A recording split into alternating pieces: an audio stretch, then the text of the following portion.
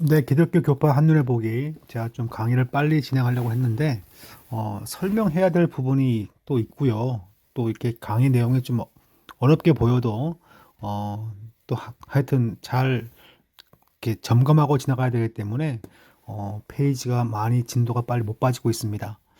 지난 시간에 이어서 계속 이제 이 개혁주의와 알미니안주의, 그래서 알미니안주의를 이제 두 가지가 바뀌는데 이제 가장 전통적인 건 이제 이성적 알미니우스주의 혹은 항변파 알미니우스주의 이렇게 두 가지 그러니까 이제 이런 이름으로 이렇게 불리우는 전통적인 견해가 있다면 존 웨슬리가 수정한 복음주의적 알미니우스주의 혹은 웨슬리안 알미니우스주의가 있습니다.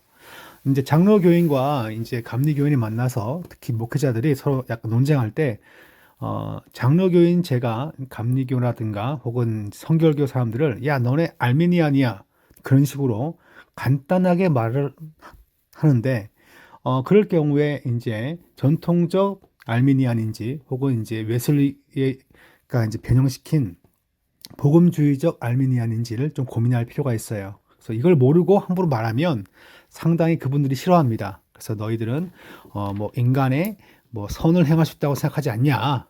그랬을 때 그들 역시 선을 행할 수 없다고 말합니다. 그래서 감리교라든가 약간 성결교에서 그래서 이제 그런 부분들이 이제 약간 차이점인데 지금 여기 보시면 나와 있습니다. 그래서 항변파 알미니우스주의 왜 항변파라고 하냐면 그때 이거 개혁파 막 싸우면서 자신들은 이단이 아니라는 것을 항변하거든요.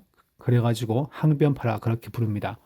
하여튼 지금 여기 보시면 항변파 알미니우스 주의는 인간의 협력에 비중을 두고 웨슬리안 알미니우스 주의는 그 협력하는 능력을 주시는 하나님의 은혜를 강조한다. 그래서 항변파 알미니우스주의는 전통적인 알미니우스주의인데 어, 인간이 하나님이 주시는 구원에 있어서 인간이 반드시 뭡니까? 협력해야 한다. 상당히 이제 약간 이성주의적인 그런 사고를 갖고 있으면 이 웨슬리안 알미니스주의는 그게 아니라 하나님의 은혜를 부어 주어서 우리에게 하나님에게 협력할 능력을 준다. 이제 이런 입장을 취합니다. 그래서 약간 이 웨슬리안 이 감리교적인 알미니우스주의는 약간 이제 수정된 형태를 보여줍니다. 예, 그 다음 페이지 보시면 이제 우리가 주목해야 할 감리교 신학의 특징은 이겁니다. 완전 성화론. 이제 지지난 시간에 한번 다뤘는데 이 웨슬리가 인간이 이제 특정 순간에 성화가 극적으로 팍 바뀐다는 거예요. 그래서 죄를 의도적으로 짓지 않는 상태에 이르게 되는데 그것을 완전 성화라 그렇게 말하고 있습니다. 근데 이제 루터 교회와 장로 교회는 인간 스스로 그렇게 스스로 완전 성화가 될 수 없다. 그건 불가능하다. 그건 이제 언제 되냐면 죽었을 때 영적 존재가 될 때 영화 될 때 그때 성화가 다 완성된다. 이제 이렇게 이제 전통적인 루터 교회와 장로 교회는 보고 있다면 감리 교회는 어느 정도 은혜를 많이 받았을 때 우리가 죄를 짓지 않는 완전 성화가 된다. 이제 그렇게 가르칩니다. 그래서 이제 이런 부분들이 조금 다르고요. 그러면 감리교에서 완전 성화라 부르는 단계는 뭘까? 그러니까 은혜 받고 은사 받고 체험이 있었을 때 그래서 이 감리교나 성결교가 체험이란 단어를 좋아하거든요. 그래서 그것을 제가 이제 장로교적으로 표현하면 은혜가 넘치는 단계죠. 항상 그것을 이제 이 사람들은 완전 성화론이라 그렇게 부릅니다. 예. 그 밑에 보시면 이제 알미니우스의 주위에 뭐 후예들이라고 나와 있어요. 그래가지고 보면 설명이 참 복잡해요. 그래서 이걸 다 보면은 너무 좀 머리 아파가지고 그냥 이거는 그냥 건너가기로 하고요. 요 부분은 약간 특이한 부분이니까 하버드 대학교에 대한 얘기가 잠깐 나옵니다.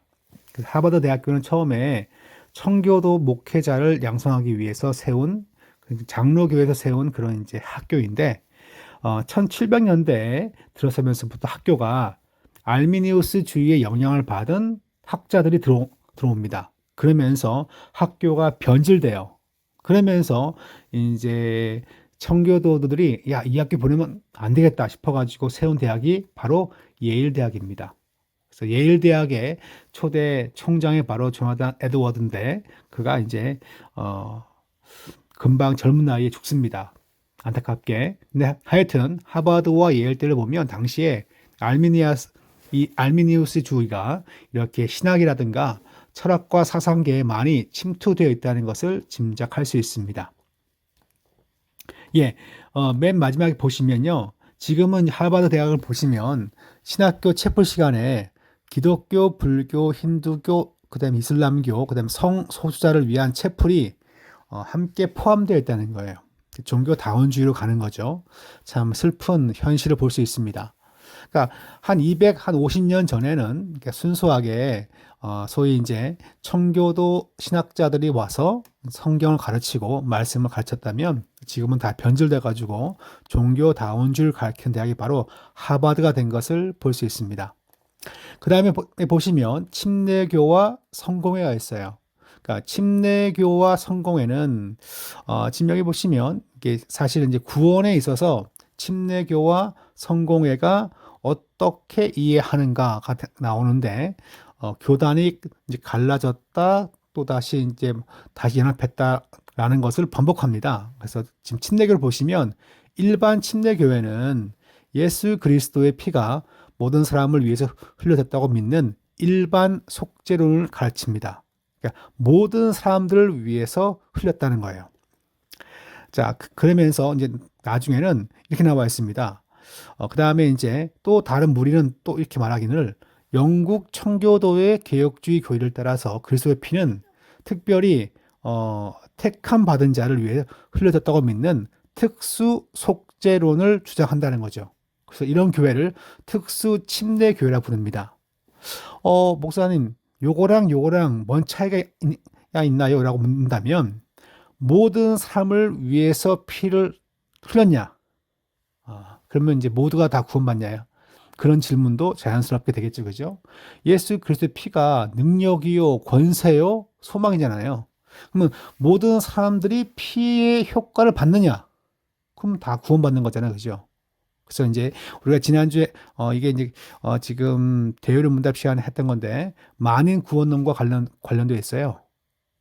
상당히 이제 그러니까 성경적이냐 될 정도로 예수 그리스도 피가 모든 사람을 위해 흘린 건 아니고 믿는 택자를 위해서만 흘렸다. 그것을 이제 특수 속죄론이라 부르는데 그래서 나중에는 이제 서로 교단이 이제 하나가 됩니다. 그래서 그 다음 페이지 보시면 나와 있는데 그래서 현재 침례교는 개혁주의와 그 알미니우스주의가 서로 공존한다. 뭐 그렇게 보고 있어요. 그러니까 이제 개인이 영접하고 개인이 받아들여야 한다. 개인이 그것을 실천해야 한다. 라는 부분도 강조하고 그다음에 하나님이 그 가운데 은혜를 부어 주어서 역사해야 한다. 그것이 둘 다 그렇게 함께 침례교 안에 있게 된 것은 두 개 분파가 이렇게 이제 교단이 연합했기 때문에 그런 특징이 있다는 걸 말하고 있습니다. 네, 성공회는 크게 세 개의 학파가 있어요. 성공회 내에서. 그래서 여러 분파이기 때문에 그들의 구원론을 짧게 설명하기가 쉽지 않습니다.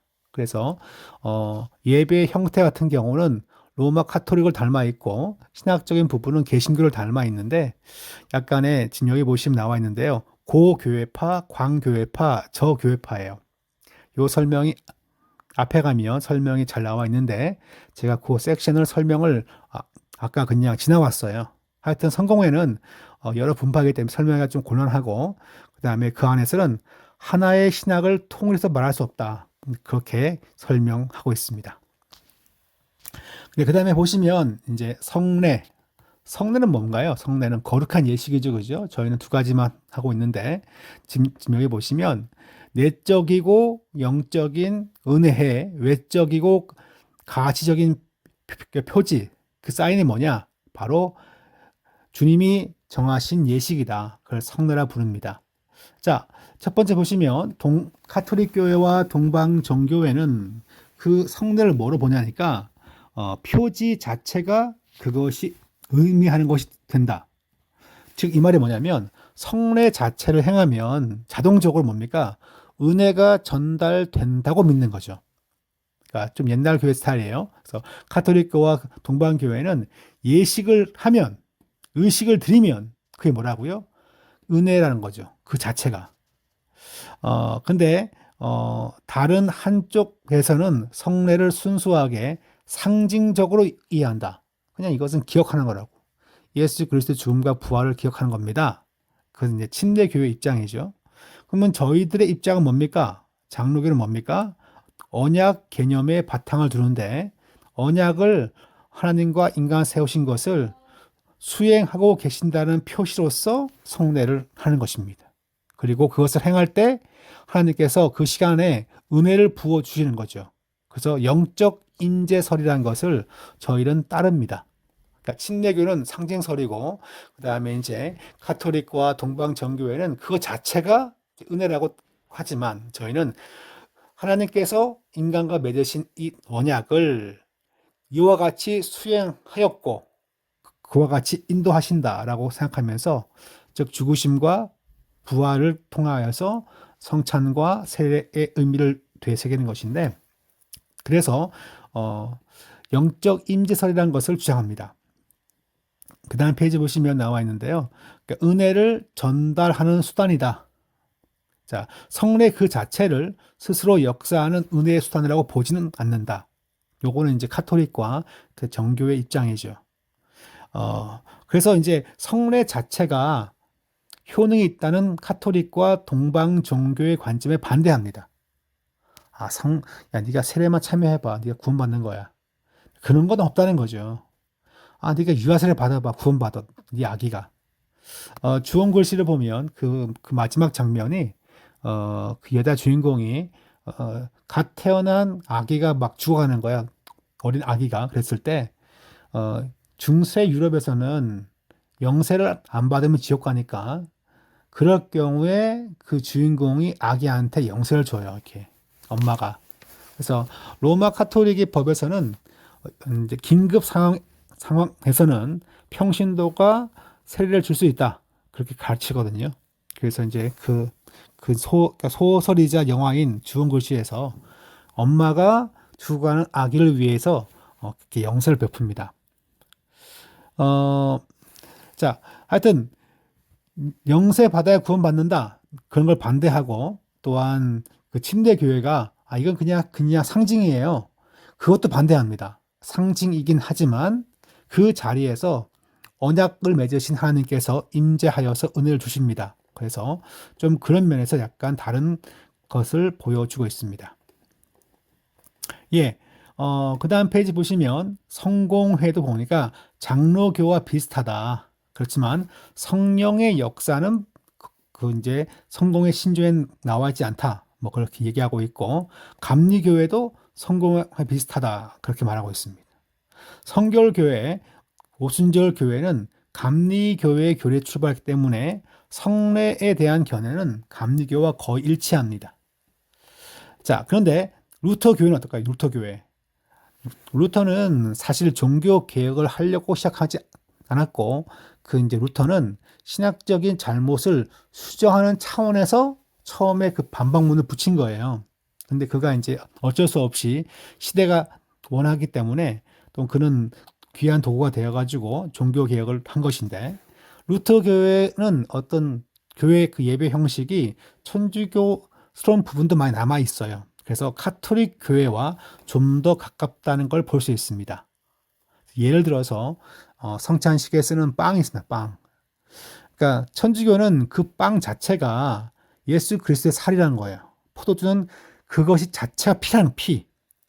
아무리 그것이 탄수화물이고 또한 음료수지만 그것을 피와 살로 그냥 그렇게 됐다는 거예요.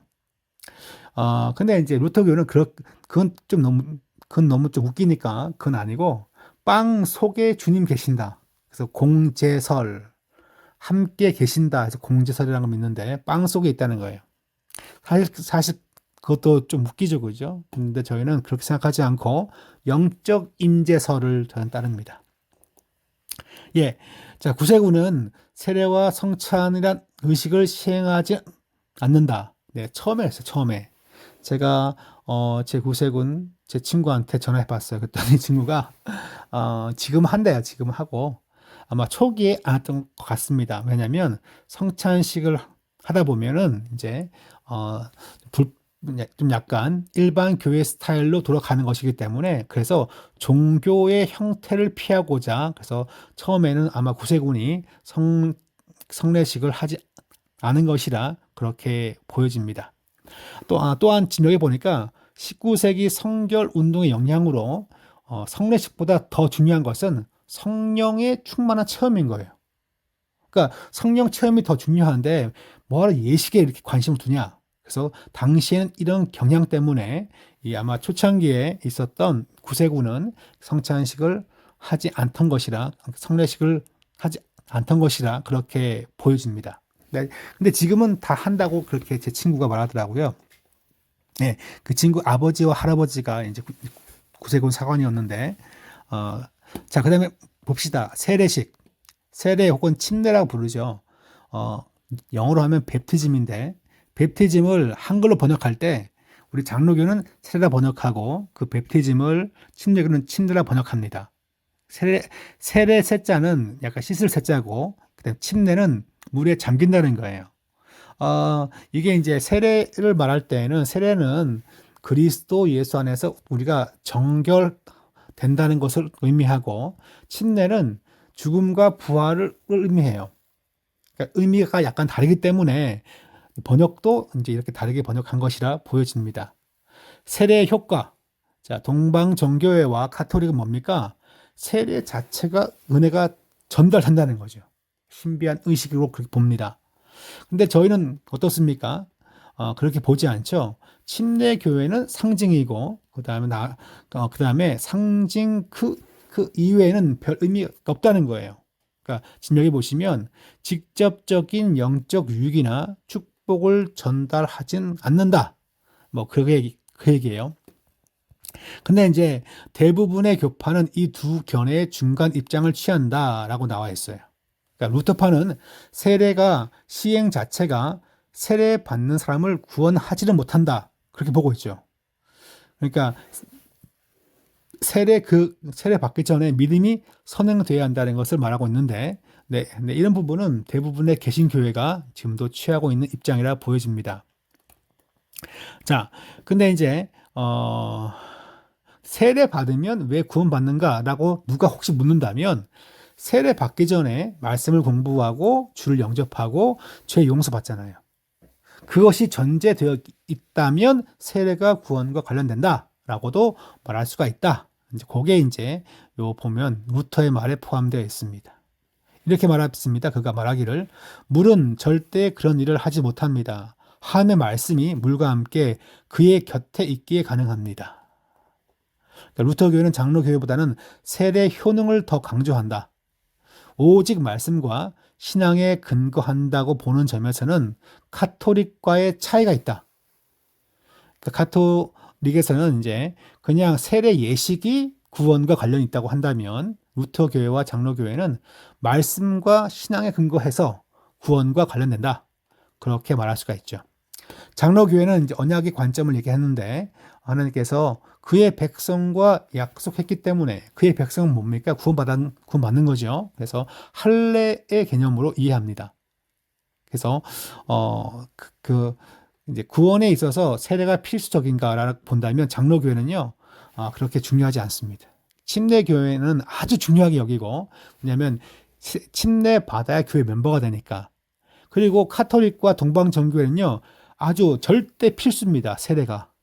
왜냐니까 이것은 은혜를 직접 전달하는 도구이고 그 다음에 구원을 위한 방법입니다. 그래서 뭐 영세를 받고 그 다음에 맨 나중에 뭐 합니까? 종부 성사라 그러는데 죽었을 때 이제 무릎 뿌리는 거예요. 예. 근데 장로교회는 그렇게 보지 않고요. 믿음을 받아들이는 성도가 이제 하나님 앞에서 교회 앞에서 믿음을 드러내는 것입니다. 그래서 세례를 단지 상징에 불과하진 않지만 우리가 예수를 믿음으로 죄 씻음 받음을 그 예식을 통해서 그냥 보여주는 것입니다. 그 다음에 보시면 시간이 조금 오바됐는데, 잠깐만요. 뒤를 좀 보고서, 예, 몇 가지 나가야겠네요. 자, 오순절 교회. 자, 순복음 교회는 세례보다 더 중요하게 여기는 게 뭘까요? 성령 세례, 성령 세례. 성령 세례가 신자가 중생과 구별되는 성령 세례를 추구해야 한다고 권면합니다. 제가 유학할 때 제 아내가 달라스에 있는 한 순복음 신학교에 한번 공부를 해보려고 약간 입학처를 잠깐 찾았던 적이 있었어요. 근데 입학 원서를 주는데 맨 위에 보니까 쓰여 있어요. 당신은 방언을 말하십니까? 그래가지고 이게 진짜 순복음 교회구나. 그때 이제 순복음 신학교구나라는 것을 이제 그렇게 피부로 체험해 본 적이 있습니다. 지금 여기 보시면 성령 세례의 처음 징후가 뭐냐면 바로 방언이에요, 방언. 근데 지금은 방언보다 더 앞서 나가고 있는데, 근데 일반적으로 성령 세례를 받게 되면 외형적인 마음의 죄사함과 평강뿐만이 아니라 외형적인 증거로서 그런 것도 필요하다라고들 얘기하는 것이 오순절 교회에서의 세례, 성령 세례에 대한 것입니다.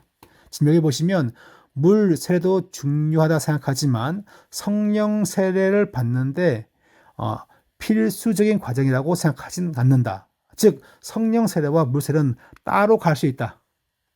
성령 세례가 더 중요하기 때문에 그렇습니다. 예, 네, 여기까지 한번 다뤄보겠습니다.